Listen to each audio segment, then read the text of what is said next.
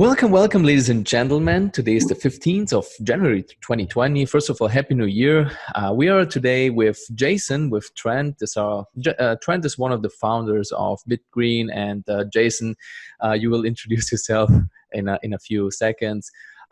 Thanks for taking your precious time. And today we are talking about the Bitgreen Foundation, the Bitgreen project, what's happening in the next weeks, in the next months. First of all, Trent, how's it going? Nice to meet you. Good. Nice to meet you too. Nice, thanks. And Jason, how are you doing? You doing good? I'm good. Happy New Year, everyone. Yeah. Well, Trent, first of all, what's going on with Bitgreen? Last year, we had a couple of issues. Well, let me say issue with the chain and something like that. You changed everything, like the wallet and stuff like that. Can you introduce us a little bit for people that don't know what's going on with Bitgreen? What is Bitgreen? What's the future? What are the future plans, etc., etc.? Yeah. So people may not have seen me before, or may not have heard much from me. I've been with the project since early 2018, and I've been working a lot in the background with the team. And my background is very much with socials, with UI, UX development, and so sort of been lending my skills in that area. The project, we had a lot of developments last year, big year for us. We've certainly overcome a few things with the chain very promptly. In fact, we were one of the first to identify one vulnerability and certainly fix that. But looking forward to a big 2020, and it's really bringing to life what is essentially an ecosystem that we're forming, and making the new desktop and mobile wallets essentially the central point for that ecosystem. We've got a lot of exciting things coming up, not just on that side of things, but also Polispay integrations for payments with Debit Card. And also Shopify integrations for merchants to participate in that regard. A question from my side is, what do you expect from Shopify? I mean, we saw the Medium article. What we are going to show next in a couple of minutes. You wanna integrate Shopify and stuff like that. What do you expect from the community or people that are going to accept Bitgreen, or what's your future plans about that? Yeah. Jason, maybe you want to jump in. Yeah, Jason, it's better. Jason. Yeah, 100%. So, by the way, everyone, Trent is Mr. T on Discord. I am Mean Machine X. Nice to see all of you again. Shopify is something that we've been planning to go kind of along with our quote-unquote green incentive campaigns. But I want to take a step back for a second and break down that there's a couple different implementations that we're thinking about for each of these, I guess, different integration points and avenues. Mm-hmm. Some of them have to do with incentivized campaigns, which obviously all community members that have Masternodes will, be voting on, where, incentive programs are sponsored by the chain. Mm-hmm. Nothing will be done without votes there. There's other pieces of the same deployment and integration points that have to do with using those avenues to not for other purposes besides incentivizing things through the chain. So yes, like the Lyft and ride sharing or green transportation incentives are things that we are going to be proposing to the community via Masternode governance, and that stuff would be subsidized by the Superblock. Okay. That may be a part of Shopify. What we are thinking more is that we've actually already began to integrate Bitgreen payments, like being able to pay in Bitchi, to merchant stores in Shopify. We've manually brought online about 7 merchants in 3 countries in Latin America. As we said, our goal is 500 by the end of the year. Those ones were done manually by people on the ground over there that work with the team. We are almost done with building what we call our Shopify integration, which will enable merchants to opt in, and everything will be automated via API. Merchants will, in theory, be able to add themselves, accept Bitgreen as a Shopify widget. With a mobile wallet, right? With or without. I mean, they'll be able to, we want to get to a place where people can view merchants who have opted in via Shopify on their Bitgreen app, but that it will not be part of Bitgreen mobile app V1. I'll say right now, the Shopify integration is a back end thing where merchants can say, I'm now going to accept Bitg as full payment for my products in my Shopify integrated store. In addition to merchants being able to, for anyone that pays in fiat, to include in their invoice back to those purchasers a code that will be of one maybe or half, but a claimable Bitg coin that people can log into a web wallet for.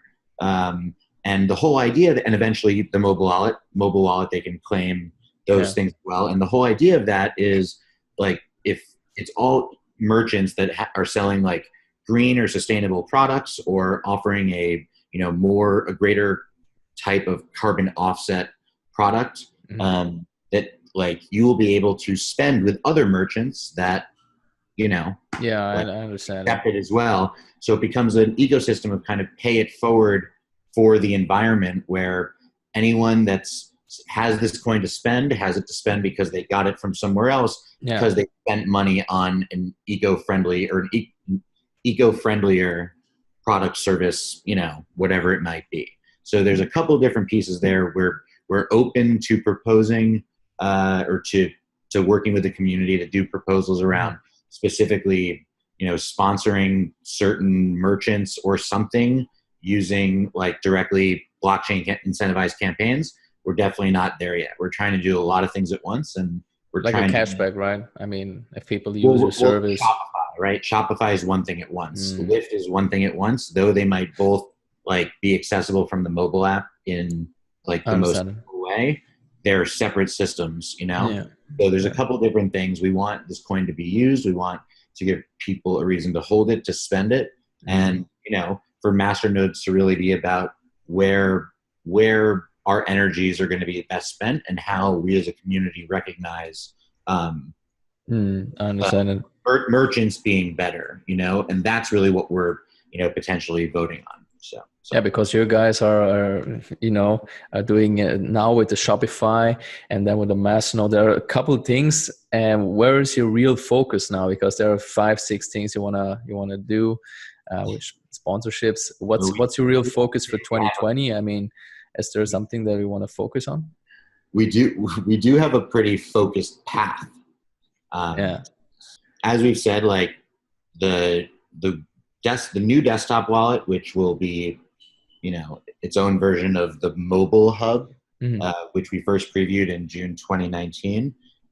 That is finally inches away from a V1 out there for everyone. It will not be like a hard wallet update, so it's not mandatory. Wow, but it will be the first iteration of the place where we can actually, the community can start to interact with each other. Governance will be more clear. We've heard people's thoughts on the difficulty of setting up deterministic masternodes in the the V2 chain. So there is a implementation by Dash where we can have a screen and it'll be a tab in the wallet. People can drag and drop all the different things. That's nice. It'll do it for them. But that isn't to be clear, we care about that stuff and making it easy, but we only have so many dev resources, and we've gotten more recently. It's clearly been very helpful. And we're continuing to, but focusing our efforts on the things that actually change the situation for this coin are more important sometimes than getting a simple tool out faster, which the people that really care are going to be involved regardless if it's a simple tool or not, right? But that being said, we're getting there. That'll be very soon. So we're going to be releasing the first V1 of this new desktop wallet. The mobile wallet's in development. Certain pieces are done. It's just going to be a light wallet. It's for storing coins, and then the other tabs will be for interacting with, blockchain incentivized campaigns, whether it's the Lyft programs or, the walking to work instead of driving to work, any types of things that the blockchain votes to incentivize. It'll be your hub for checking available rewards. It's almost like social mining, because those are coming from the super block. So the community will decide on how many actions per day we're willing to incentivize for, how many actions one person can do in that day, a single person can do of that type in one day. how much of coin per action is appropriate, and those things can be changed, like not all the time, but once per super block cycle in theory. So we can iterate with that, and so that'll be the second tab in the mobile wallet. And then third is what we hope will be kind of like a green marketplace where anyone that's opted in or involved with like the Shopify stuff can like have highlights there. Shopify has an API where you can basically replicate how their own app works for a certain subsection of yours. And that will further incentivize people to be like always looking at things. They might get extra discounts. We've talked to merchants about extra discounts if they pay in Bitg certain weeks of the year or on Earth Day or other stuff like that.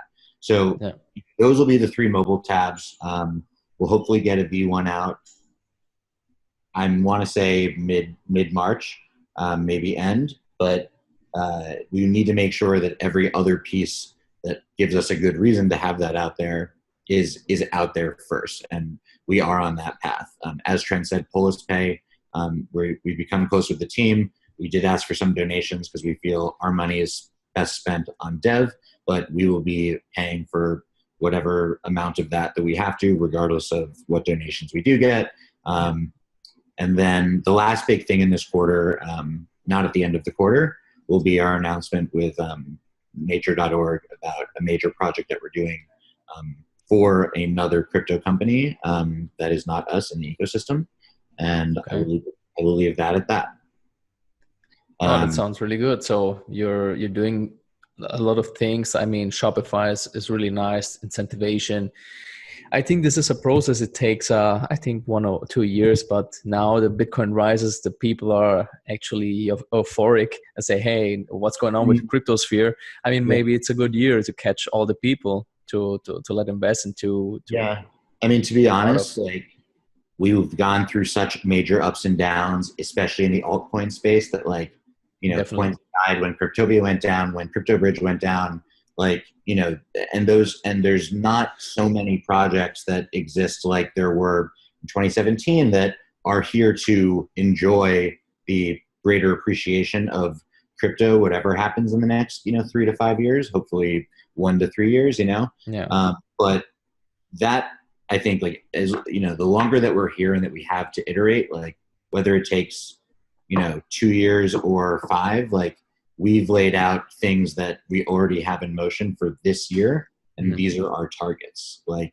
I don't feel that giving unrealistic timelines for times too far into the future is good to do, even if people want to see it a timeline on a piece of paper, because it's not realistic. Things change so fast in blockchain because of regulation, definitely new technological development, things that you can't foresee, and there's no reason to give people like random stories about futures that could exist. Like these are the things that we're working on now that are actively being worked on, a lot of them very far. So people need to be patient. I mean, this is a crypto industry. I mean, development, everything is going on. You say that with the regulations and stuff like that. It's not easy, but people don't understand it.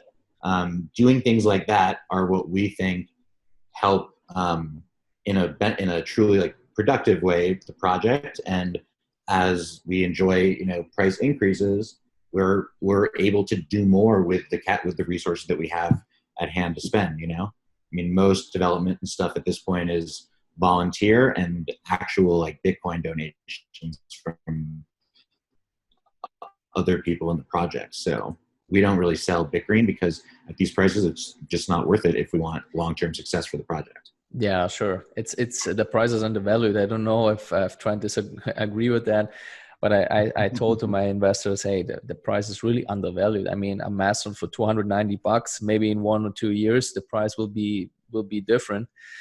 Because you guys are hardworking guys. I mean, seeing each other since 2017, I suppose, right?